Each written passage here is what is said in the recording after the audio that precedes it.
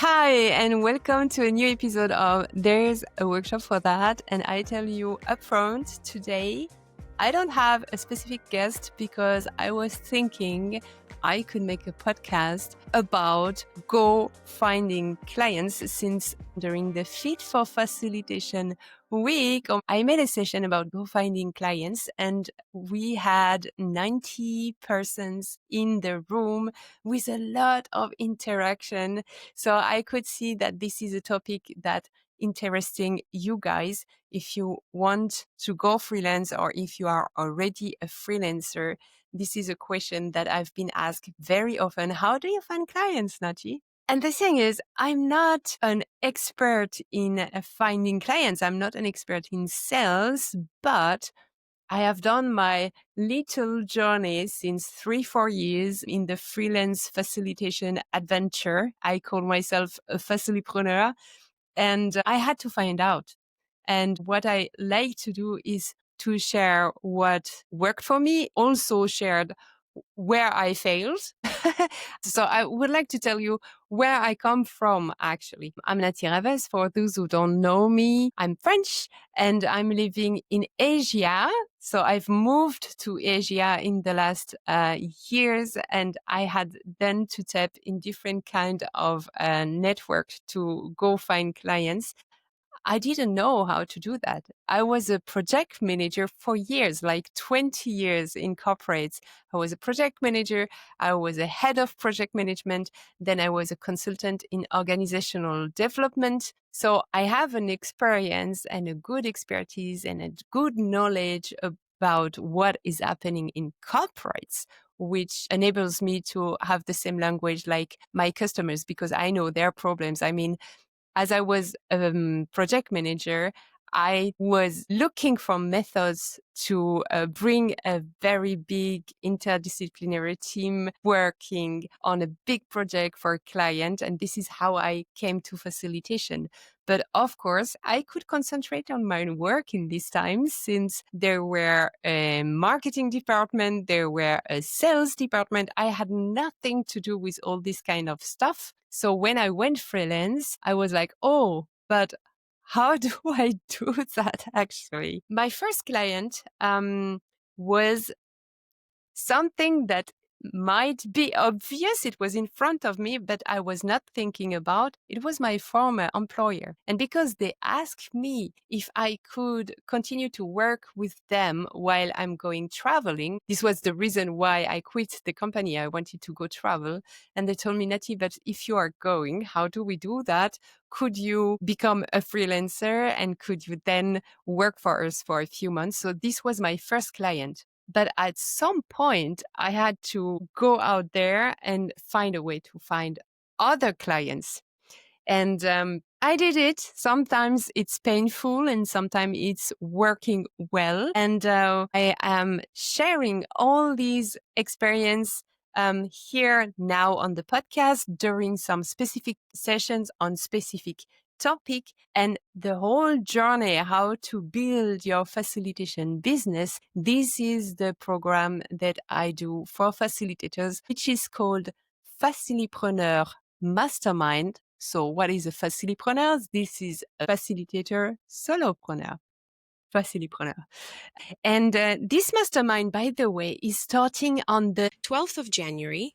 If you're interested about coming 90 days to really focus on your positioning, how to build an offer, how to create a signature workshop to attract clients, how to find clients, how to sell. This is exactly what it is about during these 90 days. And I will invite in the next days the participants of the last Facilipreneur Mastermind to come on the podcast and share a little bit about their journey, the experience, and what value they took from the program. But this is another story. Let's start with what happened in the Go Finding Clients session during the Fit for Facilitation week.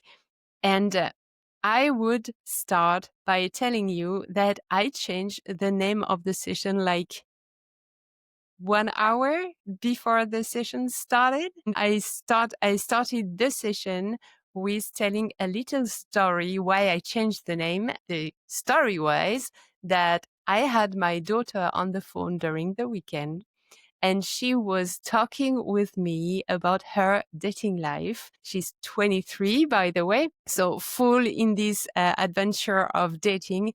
And I was so laughing as she was telling me that she and her friends have so much stories about the dating life adventure that they created a WhatsApp dedicating to their dating life adventure. And in this WhatsApp, they of course talk about a lot of things, like the guy who is a date that was organized from a friend of a friend, or the guy contacting her on Instagram, making a lot of compliments, very kind. When it comes to a date, the guy is only talking about himself, not asking a single question about her. Or the other guys, the awesome guy, mama. I had an awesome date and then I got ghosted. And I was thinking, oh my God, this is the same like our dating adventure with clients, actually, because I had it, and I'm sure some of you had also, like great conversation with clients, but leading to nowhere, because then no contact and no answers from the clients. So there were a few stories, like also all the stories about creating your profiles or swiping right, left through the profiles on the dating apps. So a lot of story like that that made me change the name of my session in Go Finding Clients, like you'd go on a date. So during this episode, I will pick a few questions that came up during the session, and I will also share some of the activities that we made during this session. And the first thing that I told in the session that might be obvious for a few of us, that is not obvious for all the people, is that before you are going on a date, you should have in mind who is the profile that you want to date, because it's easier when you know to look for them. It's easier to make research about them when you know with who do you want to work. But in the chat, I had the great question from Alex, who was asking me, yes, but what if I want to date different kind of people?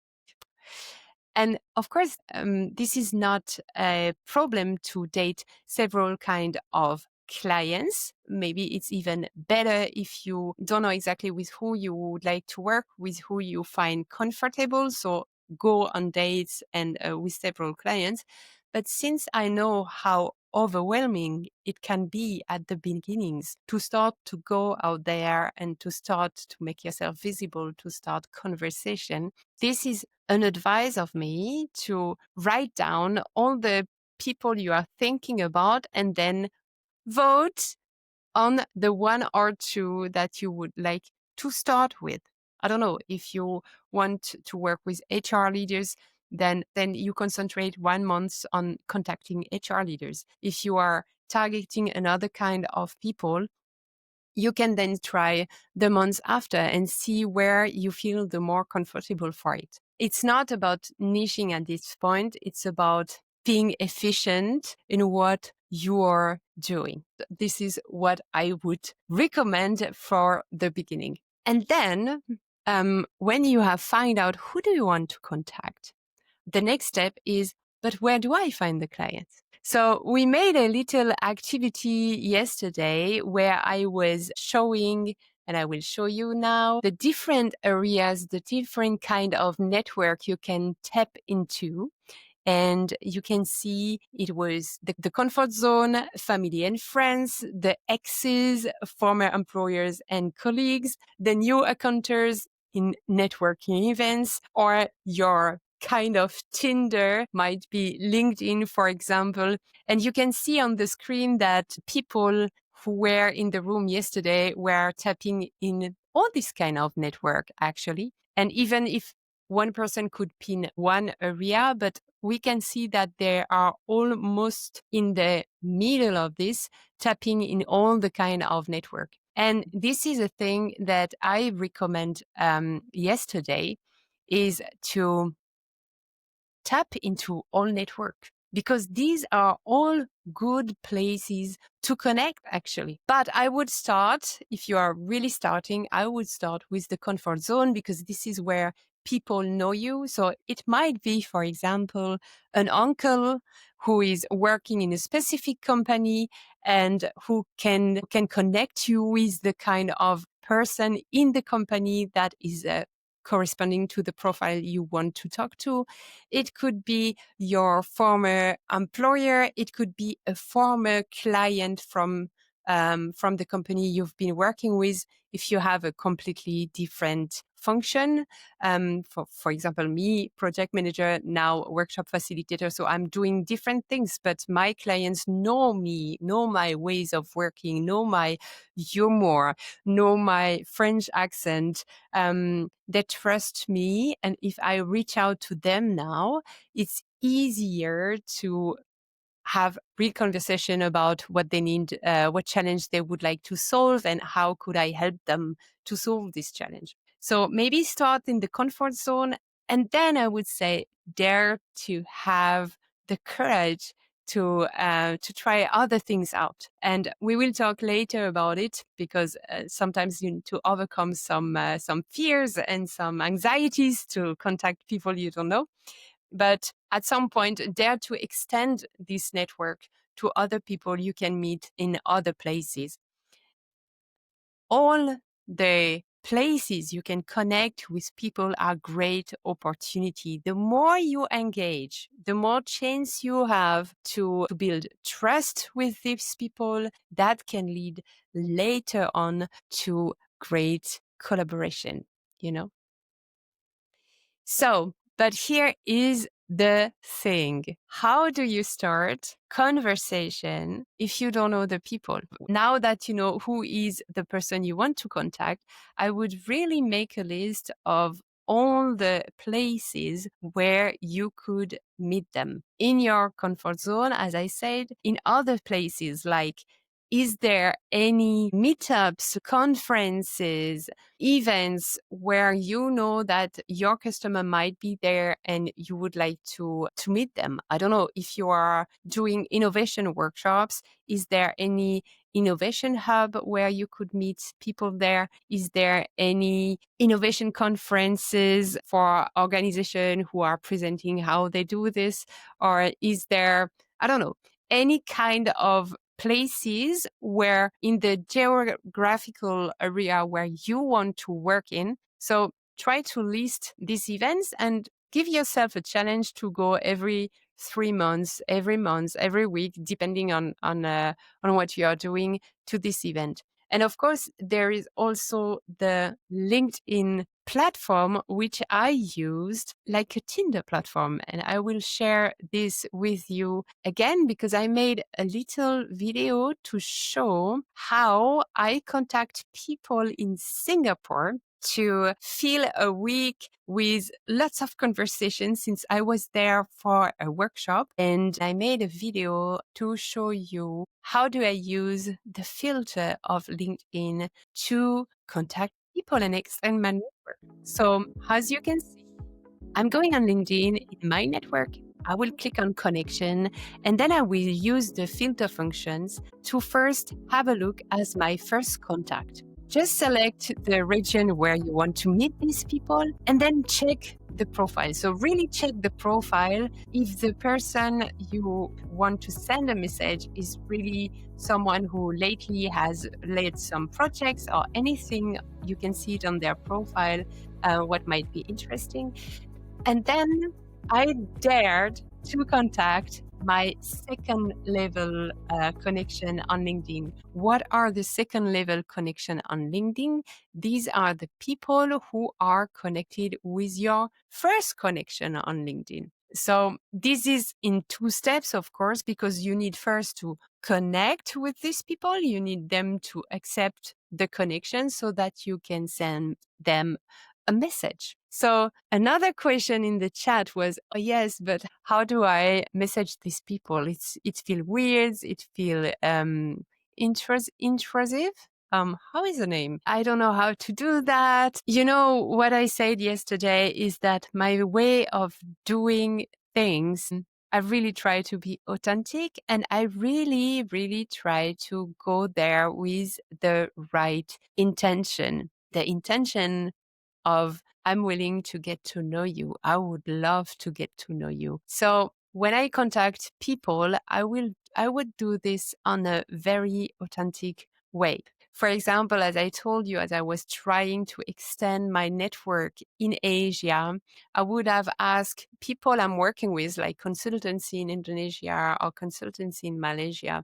I would have asked them, hey, I would like to get in touch with HR people since I have a new leadership development program, so that they know what is the context. Who do you know that it would be interesting to contact in Singapore? And of course, if I'm coming from a person that I know, even if I contact the people on LinkedIn, I would say, hey, hi, Lisa, we have a few person in common, and Intan proposed me to contact you since she was thinking it would be great that we can have a conversation.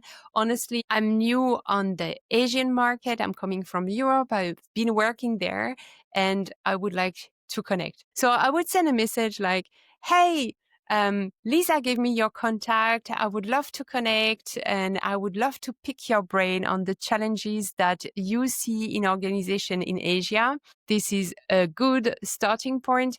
Or if you are not coming from a common person, I would really check the profile, and I would say, oh, I saw you were at the conference for HR leaders last week. What was the best takeaway you took from it? Would love to connect. So I really try to do it on an authentic way. Wherever you are going, if it's LinkedIn or if it's in a conference, if it's in a roundtables, a local roundtables, the key is really going with intention, staying authentic, and asking a lot of questions so that you can understand who is here, who is in front of you. You want to really make them feel heard, make them feel seen, make them feel that you get them, that you are really caring about what they are doing. And during the conversation, you can then start to link what they are saying with what you are doing without selling anything. This is one of the things that someone said in the chat. You are not making a proposal on the first date when you are in a personal life. You are not asking, do you want to be my wife during the first date? So don't do that during the first conversation. It's all about building trust. It's all about showing who you are, not playing a role, showing who you are, because people are buying from people. So just try to be yourself, try to ask a lot of questions, deepen the conversation, and then, oh, would you mind if I call you in a few weeks? Because I'm thinking about something, and it might be interesting for you. This is the way I'm doing this. And sometimes it works, sometimes it don't work. But the more you engage with people, the more chances you have to meet them and to have conversation and to build trust and potentially to have clients, guys. So someone asked also, how do you convert from then?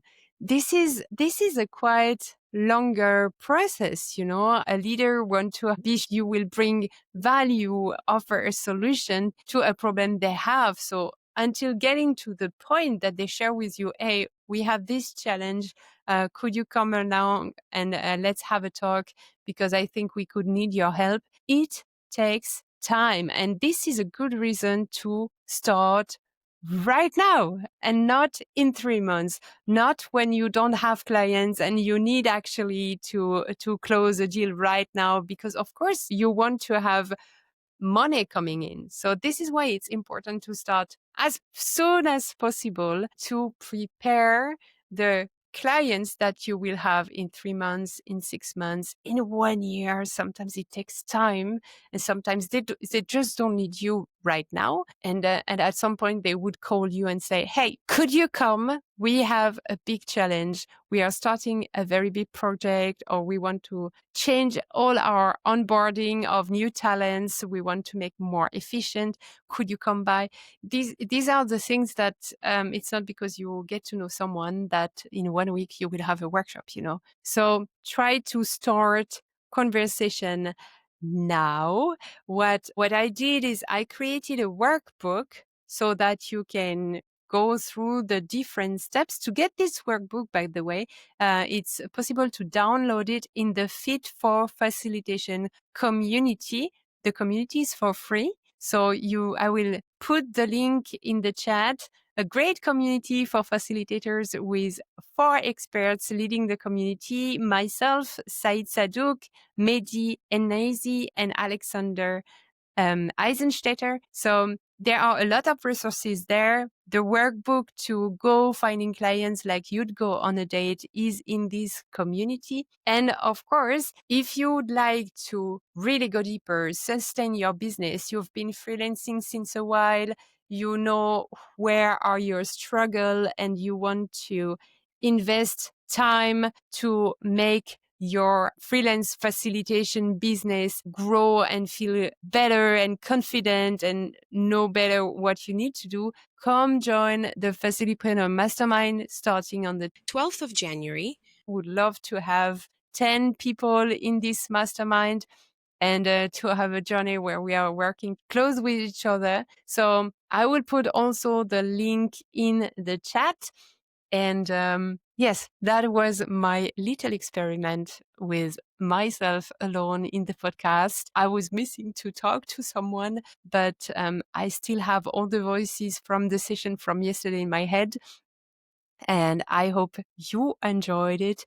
Please send me a little message on LinkedIn, or send me an email to hello@laworkshoppers.com to tell me if you enjoyed this episode, if you want to have more of it, or if you have burning questions. What are your challenges about finding clients? Don't hesitate. Send me an email to hello@laworkshoppers.com. Would love to hear from you guys. And I wish you, until the next episode, a good week, a good time, lots of success, and be happy. Bye bye.